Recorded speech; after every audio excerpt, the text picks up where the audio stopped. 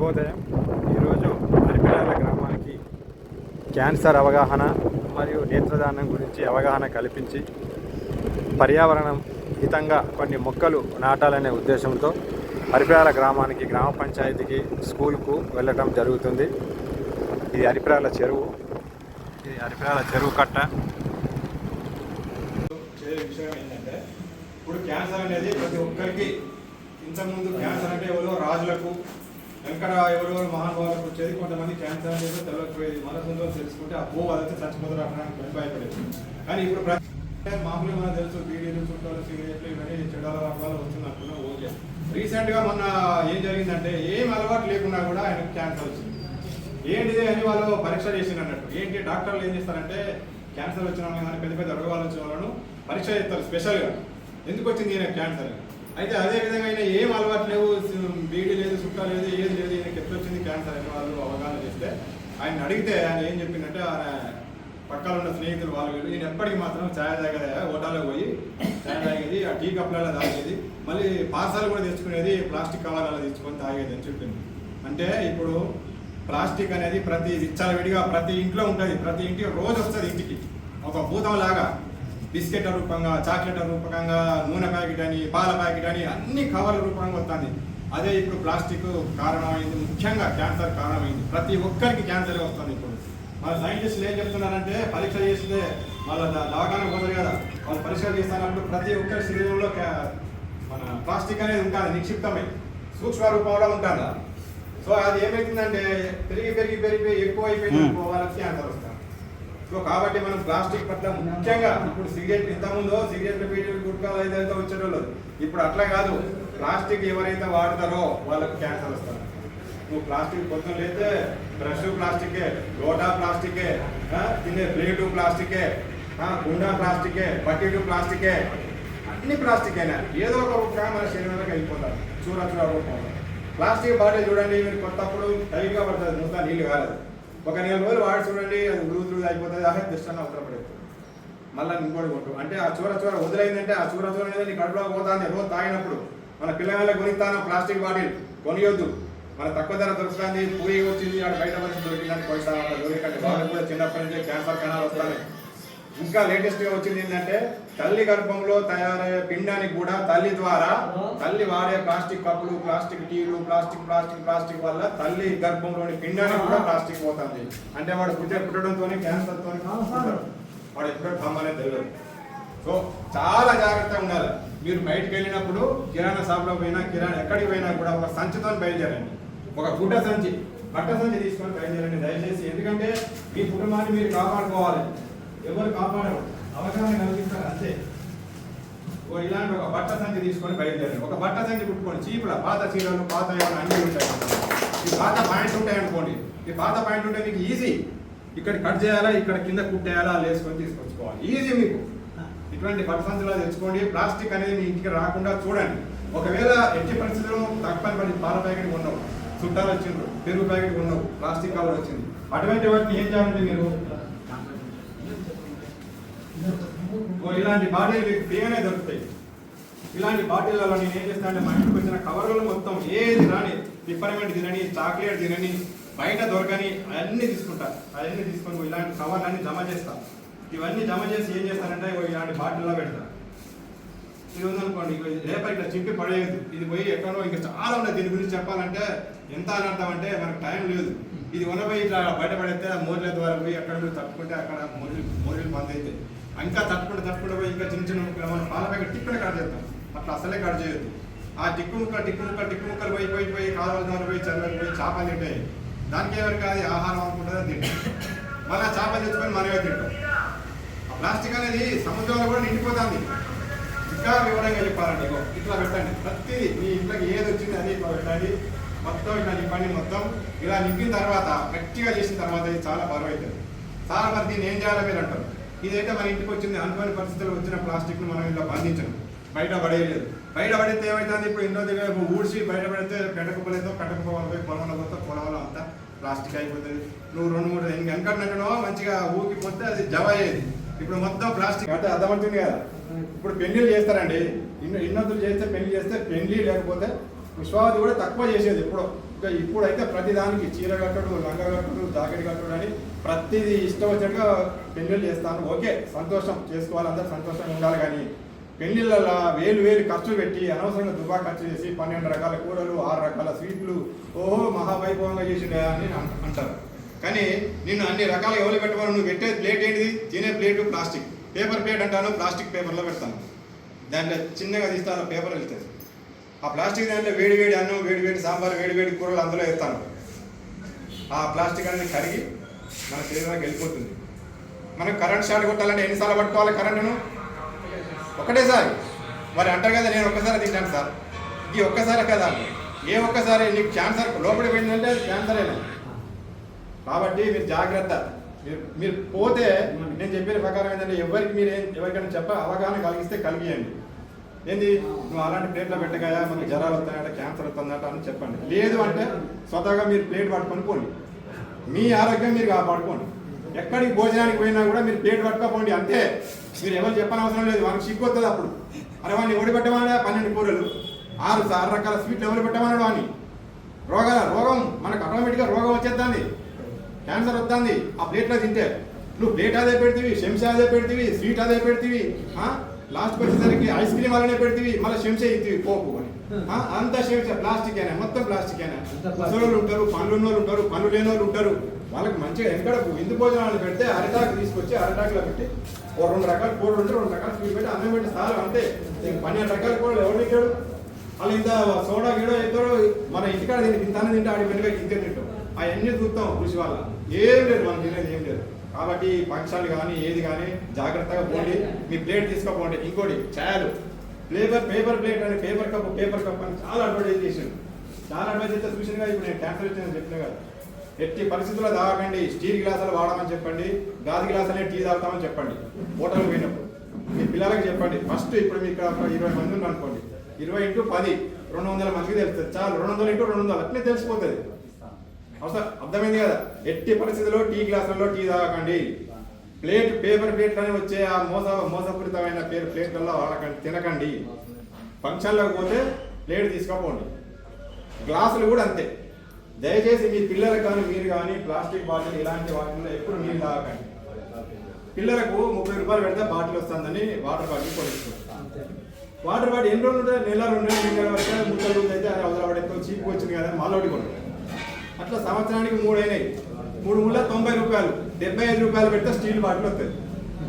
ఎన్ని ఉంటుంది అది? కొద్దిగానే మనం అవగాహన చేసుకోవాలి. స్టీల్ బాటిల్, ప్లాస్టిక్ బాటిల్ మాత్రం ఎలాంటి బాటిల్ మీరు వాడకండి. క్యాన్సర్ ప్రతి ఒక్కరికి వస్తున్నది. ఈ క్యాన్సర్ అవగాహన సదస్సు అని మనకి ఈ నెల ఇప్పుడు 24 నుంచి లాస్ట్ వారంలో 24 నుంచి 31 వరకు ఆ తేదీలో మీకు ఒక తేదీ మన సర్పంచ్ గారికి తెలియజేస్తారు. ఆ రోజు అక్కడ తొర్రూరుకి వస్తే అక్కడ డౌట్ ఉన్న వాళ్ళకు అక్కడ క్యాన్సర్ అవగాహన ఉన్నదా లేదా అని వాళ్ళు టెస్ట్ చేస్తారు. అదేవిధంగా కండదానం, కళ్ళు కూడా నయనేంద్రియాల నయనం ప్రధానం అన్నట్టు. ఇప్పుడు బండి మీద పోతున్నాం అనుకోండి, కంపల్సరీ అర్థం పెట్టుకోండి. నేను అదే పెట్టుకొని వచ్చాను. వెహికల్ మీద పోతున్నప్పుడు కంపల్సరీ పెట్టుకోండి. ఎందుకంటే మనకు భగవంతుడు ఎటువంటి శక్తి, భగవంతుడు అంటే కొంతమంది నమ్మరు, మనకు భగవంతుడు ఎటువంటి శక్తిని ఇచ్చిందంటే ఈ కంటికి మనం 100 స్పీడ్లో మనం పోతా ఉంటాం. 100 స్పీడ్లో మనం ఎదురు కాడుకు మనం పురుగు వస్తుంది, మన కన్ను తాకుతుంది. ఆ లోపలనే ఆ కన్ను అది రావటము, మనకు ఈ కన్ను రెప్ప తెలుసుకోవటము, మెదడుకు పోవటము, మళ్ళీ అది సైకిల్ వేయటము, ఆ వెంట్రుకలకు వచ్చి తగ్గుతుంది, కన్ను మూసుకుంటాం అంటే అంత పవర్ఫుల్ శక్తి ఉన్నది మనకు. అటువంటి శక్తి ఉన్నది. అయినా కూడా ఒక్కొక్కసారి మనం అనుకోని పరిస్థితులు అభివృద్ధి చూసినప్పుడు మనకు కన్ను దెబ్బతింటాయి. కాబట్టి వెహికల్ మీద పోయినప్పుడు కంపల్సరీ అద్దాలు వాడండి. నేను అద్దాలు వాడితే నా సిగ్గు అవుతుంది, ఎవరు చూసి నీకు అద్దాలు అంటాను అననియండి. వాడంటే మనకేందని, మన ఆరోగ్యం దెబ్బతింటుంది. మనం పెట్టుకోవాలి కంపల్సరీ. వెహికల్ మీద పోయినప్పుడు పెట్టుకోండి. ఇటువంటి కళ్ళు మన శరీరంలో అన్ని అవయవాల కంటే చాలా ముఖ్యమైన కళ్ళు లేకపోతే మనం ఇక్కడే ఉంటాం. ఏ అవయవం లేకున్నా, కాలు లేకున్నా, చెయ్యి లేకున్నా, ఏది లేకున్నా, జ్వరం వచ్చిన నడుస్తాం, పోతాం, ఏదో ఒకటి చేస్తాం, వెహికల్ మీద పోతాం. కానీ కళ్ళు లేకపోతే అటువంటి కళ్ళు మనం చచ్చిపోయిన తర్వాత మన శరీరాన్ని మొత్తం కాలబెడతాం. అంటే ఈ కాలబెట్టడం వల్ల ఏమవుతుందంటే మన శరీరంలో ఉన్నటువంటి అవయవాలన్నీ ఖరాబ్ అయిపోతాయి. ఇప్పుడు సైంటిస్టు చాలా అభివృద్ధి చెందింది సైన్స్. ఏమవుతుందంటే చనిపోయిన తర్వాత చనిపోయిన వ్యక్తి యొక్క ప్రతి అవయవం పనిచేస్తుంది, ప్రతి అవయవం కూడా పనిచేస్తుంది. సో కొంతమంది ఇష్టపడరు కాబట్టి ఒక కళ్ళ వరకైనా ఇవ్వచ్చు. కళ్ళు అయితే మనం చనిపోయిన తర్వాత 6 గంటల వరకు అది పనిచేస్తుంది. అది తీస్తే ఇక 6, 7, 8 అయితే పనిచేయదు. కాబట్టి మీకు తెలిసిన ఈ గ్రామంలో కూడా ఏ ఊర్లో ఎవరి ఇంట్లో కనుక ఎవరైనా జరిగిపోతే వాళ్ళకి అవగాహన కల్పించండి. అమ్మ మనం ఎట్లా కాలబెడుతున్నాం, ఈ కళ్ళు గాలి అన్ని కాలిపోతాయి, ఈ కళ్ళు కనుక ఒకరికి దానం ఇస్తే ఇద్దరికి కన్ను చూపొస్తుంది. ఇద్దరు గుడ్డలు ఉన్నారు, 2 కళ్ళు పోయినాయి ఇద్దరు. సరే మనూరులో ఉన్నారు, ఓ ఇద్దరికి 2 కళ్ళు పోయినాయి. మనూరు అని ఇప్పుడు జరిగిపోయిన నేను వస్తాను అవ్వకూడదు. ఆయన చనిపోయినాక 6 గంటల లోపు కనుక ఆ గుడ్డు తీస్తే మళ్ళీ ఆ ఇద్దరికి పెట్టవచ్చు. ఇద్దరికి చెరో కన్ను వస్తుంది. అంటే మనం చనిపోయిన తర్వాత కూడా ఇద్దరికి చూపునిస్తాను. సో అట్లా మీ ఊర్లో మీకు తెలిసిన పరిధిలో ఎవరైనా జరిగిపోతే వెంటనే తొర్రూరు వారికి కానీ లేకపోతే మన సర్పంచ్ గారికి ఫోన్ చేస్తే వాళ్ళు లయన్స్ క్లబ్ ఫోన్ చేస్తారు, వాళ్ళు వస్తారు, తీసుకొని పోతారు. అంతవరకే తీసుకొని పోతారు. ఆ గుళ్ళు తీసుకుపోయి ఇద్దరికి కన్ను చూపించవచ్చు. అంటే ఎంత పుణ్యం. ఏ వయసు ఏ వయసు కన్నుకు సమయం వయసు గీసి ఏముండదు. ఇంకా ఉదారంగా ఉండి అర్థం చేసుకొని సహృదయులు అయితే శరీరం మొత్తం కూడా ఇవ్వచ్చు. శరీరం మొత్తాన్ని ఇస్తే ఏం చేస్తారంటే వాళ్ళు దాన్ని హాస్పిటల్ తీసుకుపోతారు. హాస్పిటల్ తీసుకుపోయి సపోజ్ ఈయన ఫలాన్ని గుట్కా తినడా, ఈయన ఫలాన్ని తినడా అని వాళ్ళు చుట్టుపక్కల చెప్తారు కదా, వాళ్ళు అతని మీద పరిశోధన చేస్తాడు. ఇది తినడం వల్ల ఈయనకి ఏం దెబ్బ తగిలింది, ఏం దెబ్బ తిన్నది ఇట్లా కూడా చేయొచ్చు. శరీరం మొత్తం దానం ఇవ్వచ్చు, లేదంటే 2 కళ్ళైనా దానం ఇవ్వచ్చు. దానివల్ల ఎవరికి ఏం హాని జరగదు. కాబట్టి ఇటువంటి అవకాశాన్ని మీరు అందరూ వినియోగించుకోవాలి. చక్కగా మనకు స్వాతి గారు చూడండి, ఇవాళ పేర్లు ఇప్పుడు వచ్చే పేర్లు ఏం పెడతారో అసలు నోరే తిరిగేది మనకు. ఆ పేర్లు అననే రాదు. నేనైతే ఒక్కొక్కసారి చెప్తా ఈ పేరు రాయమంటే నా పేరు నేను రాయను, నువ్వే రాసి నాకు గొప్ప చెప్తా. అంటే అటువంటి పేర్లు, నోరు తిరిగిన పేర్లు మీ పిల్లలకు మంచి చక్కని పేర్లు పెట్టుకోండి. మన ఏదో పాశ్చాత్యులు అన్నట్టుగా పోకుండా మీ బిడ్డ కానీ కొడుకు కానీ వాళ్ళకి కన్నగానే సంబరం కాదు, వాళ్ళు ప్రయోజకులు అయినప్పుడే మన సంబరం. మనం ఇప్పుడే 21st డే అని చీర కట్టించులు బీర కట్టించులు అవి కాదు సంబరాలు.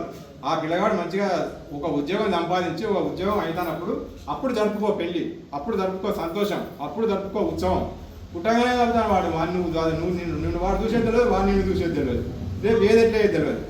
మీద ముఖ్యంగా ఇప్పుడు చెడిపోవడానికి, పిల్లలు చెడిపోవడానికి అంత రెడీ ఉన్నది. ఇప్పుడు ఇక్కడ మీరు రెడీ చేసిన తర్వాత పిల్లలు మనకు పుట్టగానే వాళ్ళకి అన్ని రెడీ ఉన్నాయి, చెడు అలవాట్లు అన్ని. ఇటు పోతే సెల్లు, అటు పోతే టీవీ, బయటికి పోతే ఫ్రెండ్స్. ఇక వాడు ఏడదామన్నాం తర్వాత ప్లాస్టిక్ క్లాస్కి ఓడు వాడు. ఇక అది మంచిది కదా, పోడు. మనకు కావాల్సిన ఏంటి, చెడు లక్షణాలు మనకు తొందరగా వస్తాయి ఏవైనా. పిల్లలు బడికి పోతారా లేదా అని గమనించండి కంపల్సరీగా. సార్ని అడగండి, మా పిల్లవాడు చదువుతాడా చదువుతలేడా. మనకి ఇక్కడ తెలుసు కానీ ఇక సిటీలో అయితే మావాడు హైదరాబాద్ చదువుతాడు, 3 ఏళ్ళు అయింది, ఇంకొక 2 ఏళ్ళు అయితే అయిపోతుంది. జాబ్ వచ్చినట్టే చెప్తాడు వీడు. ఇక పెళ్లి పిల్లలు ఆడపిల్లలు ఉన్నాడైతే అబ్బా వామ్మో ఈ పిల్లగాని బాగానే ఇవ్వాలి, బాగానే చదివిస్తాడు, 3 ఏళ్ళు అయిందట, ఇంకా 2 ఏళ్ళు అయితే అయిపోతుందట, మా అమ్మాయిని ఇద్దాం అనుకుంటాడు. వాడు అప్పుడే అనుకుంటాడు, కలలు అంటాడు. అయ్యగారి పని అయిపోయేదానికి ఏమవుతుంది, ఒకటే మార్కు నాన్న అంటాడు, ఒకటే మార్కు నాన్న అంటాడు. నువ్వు 1 మార్కు పోతే నేను మార్కు పోతుంది, చూసే కదా. 5 ఏళ్ళు నువ్వు ఇక్కడ అయ్యగారి తల్లిదండ్రుల పోసారం, ఒకటే ప్రసారం. మావాడు హైదరాబాద్ అవుతాడు, మావాడు ఏదో పోతాడు. అక్కడ వాడు ఏం చెప్తాను నీకు తెలియదు. చాలా మంది మోసపోతారు, మీరు మాత్రం అట్లా మోసపోవద్దు. మీరు 20 మంది మీ పిల్లల్ని మంచిగా చూసుకోండి. మీరు దేవుని గుడి సరే ప్రతి వారానికి ఒక రోజు పెట్టుకొని దేవుని గుడికి పోండి. మీకు అలవాటు లేకుండా కూడా ఇప్పుడు పిల్లల కోసం పోండి. మనం గుడికి పోకుండా కూడా మనం ఆత్మలను మొక్కుకుంటాం చేస్తాం. ప్రతిరోజు ఆదివారం కానీ శనివారం కానీ మీ పిల్లలను తీసుకొని ఒకరోజు గుడికి పోండి. మీకు పెద్దోళ్ళు వచ్చినప్పుడు ఏ విధంగా సంస్కరించాలా, ఏ విధంగా మాట్లాడాలి అని చెప్పండి వాళ్ళకి. వాళ్ళకి తెలియదు, ఎందుకంటే పొద్దున ఎంతనే ఇదే ఉంటుంది. టీవీ సెల్ లేకపోతే టీవీ, ఇది లేకపోతే బయట తిరుగుడు, నలుసుడు, కూరలు, గుడ్కాలు, మందులు తినదు. అలా ఆగమైపోతారు పిల్లగాళ్ళు. తప్పకుండా మీ పిల్లల్ని జాగ్రత్త తీసుకోవాలి. మీరు కూడా భార్యాభర్తలు కూడా పిల్లల ముంగట పంచాయతీ పెట్టుకోవద్దు, తిట్టుకోవద్దు, కొట్టుకోవద్దు. వాళ్ళు పిల్లలు ఇంటే ఖరాబ్ అయిపోతారు. వాళ్ళు మన భవిష్యత్తు వాళ్ళే. ఇప్పుడు ఇవన్నీ చేసిన తర్వాత వాడు తీసుకుపోయి ఏం చేస్తాడో నువ్వు మనం ఏం చెప్తాను, 5 మా పిల్లవాడు బాగా చదవాలి, అందరికంటే ఎక్కువ మార్కులు రావాలని స్వార్థం. అందరికంటే ఎక్కువ మావానికి మార్కులు ఎక్కువ రావాలి తీసుకుపోయి వాళ్ళకి 1వ తరగతిలో 2వ తరగతిలోనే తీసుకుపోయి అక్కడ హాస్టల్ చేసి వస్తాం. నీ ఒక్క పిల్లగాని నువ్వు చూసుకున్నందుకే నీకు టైం ఉండదు, శ్రద్ధ ఉండదు. వాడు 50 మంది 100 మంది పిల్లలు చూస్తాడు, గొర్రెల మంది లెక్క వాళ్ళు చూస్తే పోతివి. మావాడు ఉన్నాడు, మావాడు ఉన్నాడు, మీ ఊరికి వచ్చాక ఏమైనా సున్నా. నిన్ను తీసుకుపోయి దుకాణం తీసుకుపోయి నిన్ను అలాంటి చేస్తాడు. వీడికి నౌకరు రాగానే వీడు ఏం చెప్తాడు, దీన్ని ఎవరు దాస్తారు, వీడిని ఎవరు దాస్తారు అని తీసుకుపోయి అనాథాశ్రమంలో ఎత్తాడు. ఒక అంతే అవుతుంది పని. మీ పిల్లల్ని మీ దగ్గర ఉంచుకోండి. లేకున్నా కూడా జాగ్రత్త వహించండి, ఏం చేస్తున్నారని గమనించండి, శిక్షించండి. మనం పిల్లగాడు ఎప్పుడైతే మనం కష్టంతో పైకి లేస్తాడో, కష్టంతో వాడు పెరుగుతాడో వాడు సుఖపడతాడు. తర్వాత నువ్వు ఇప్పుడే సుఖ పెట్టుకుంటూ పోయినావు అనుకో, వాడు తర్వాత కష్టపడలేడు. ఓ పిల్లగాడు చిన్న మనకు పెద్దలు ఏం చెప్తారంటే, పిల్లగాడు నడుస్తున్నప్పుడు బోర్ల పడితే మనం చిన్న పోయి ఎత్తుకొని అద్దుడిచి ఏమో గర్భం చేస్తాం. అంత గర్భం కూడా అవసరం లేదు. వద్దులే నాన్న, ఏం కాదు, లే నాన్న, లే ఏం కాదు, దుడుకో అని చెప్తే వాడికి తెలుస్తుంది అన్నట్టు. నువ్వు వానికంటే ముందుగా నువ్వే ఎక్కువ ఏడ్చావు అనుకో, వాడిగా నువ్వు ఏడవాలని ఇంకా వాడు ఇంకా ఎక్కువ చెప్తాడు. సో అట్లా జాగ్రత్త ఇవ్వండి. మీ పిల్లల్ని కష్టం అనుకోకండి. ఇప్పుడు కష్టం అనుకుంటేనే అప్పుడు సుఖపడతారు. కష్టమైన పనులు అంటే ఏం చెప్పదు, మీరు చేసే పనులు వాళ్ళకి చెప్పండి. Thank you. మన ఇంట్లోనే ఉన్నది అనుకోండి, మన ఇంట్లో పెట్టుకున్నాం అనుకోండి, ఎంత మంచిది చూడండి. ఒక దేవతా వృక్షం. అలా కాకుండా ఏంటేంటివో చెట్లు పెట్టే, ఎండాకాలం ఎండిపోతాయి, వర్షాకాలం మొలకెత్తుతాయి. అలాంటివి కాకుండా వెనకటి నుంచి వచ్చేటువంటి మర్రి, రావి, వేప, జూవి, మారేడు, నేరేడు ఇలాంటి మొక్కలు పెట్టుకుంటే మనకు మంచిది. అట్లా కాకుండా ఆ తంగేడు ఈ తంగేడని ఇట్లా ఉత్తనే గాలెత్తే గలగల అన్నట్టు మన గుడిసె లెక్క కాకుండా, కూలిపోకుండా, ఇరిగిపోకుండా మహావృక్షాలుగా మారే మర్రి చెట్టు ఎక్కడ అవబడుతున్నాయి. ఇప్పుడు ఎక్కడ 100 ఏళ్ల కింద పెట్టినవి అవబడతాయి, కానీ ఇప్పుడు పెట్టిన ఎవరు పెట్టలేరు. ఇప్పుడు ఎందుకు పెడతారు? మన ఎదురుగా కూడా వాళ్ళు రావి చెట్టు పెట్టారు. అట్లా మంచి చెట్టు పెట్టుకోండి, వేప చెట్టు పెట్టుకోండి. వేప చెట్టు గాలికి దోమలు రావు, ఎలాంటి జబ్బులు కూడా రావు. వేప చెట్టు ఎవరింట్లో ఉన్నదో వాళ్ళు ఆరోగ్యవంతులు, రావి చెట్టు ఎవరింట్లో ఉన్నదో వాళ్ళు ఆరోగ్యవంతులు. నేరేడు చెట్టు, మారేడు ఇవన్నీ కూడా మనకు చాలా ముఖ్యమైనవి. ఒక చెట్టు కింద మనం ఈ మహావృక్షం పెరిగిన తర్వాత ఇక్కడ మనకు టెంట్ అయిన అవసరం లేదు. ఇక్కడనే మనం అన్ని కార్యక్రమాలు జరుపుకోవచ్చు, మీటింగులు జరుపుకోవచ్చు. నిన్న వెలికట్టకు పోయినాము. వెలికట్ట స్కూల్లో ఒక పెద్ద మర్రి చెట్టు ఉన్నది. వాళ్ళు ఏ ఫంక్షన్ చేసినా, జెండవందనం చేసినా, పిల్లలు కబడ్డీ ఆడినా, ఏది ఆడినా కూడా ఆ చెట్టు కిందనే. అంటే అదే టెంట్ తెచ్చుకుంటే వాళ్ళకి 1500, 2000 అయ్యేది. వాళ్ళకి ఏది జరుగుతలేదు. కాబట్టి చెట్ల యొక్క ప్రాముఖ్యత, చెట్లు కనుక లేని వాళ్ళు కుండీలలో పెంచుకోండి. మీ ఇంట్లో ప్రతి ఇంట్లో తులసి చెట్టు ఉండాలి. ప్రతి ఇంట్లో రావి చెట్టు ఉంటే ఆ రావి చెట్లు, తులసి చెట్లు ఏం చేస్తారంటే మనకు 24 అవర్స్ ఆక్సిజన్ ఇస్తాయి. తులసి చెట్లు మాత్రం అందరికీ ఈజీ, కుండీలైనా పెంచుకోవచ్చు. థ్యాంక్ యూ అండి.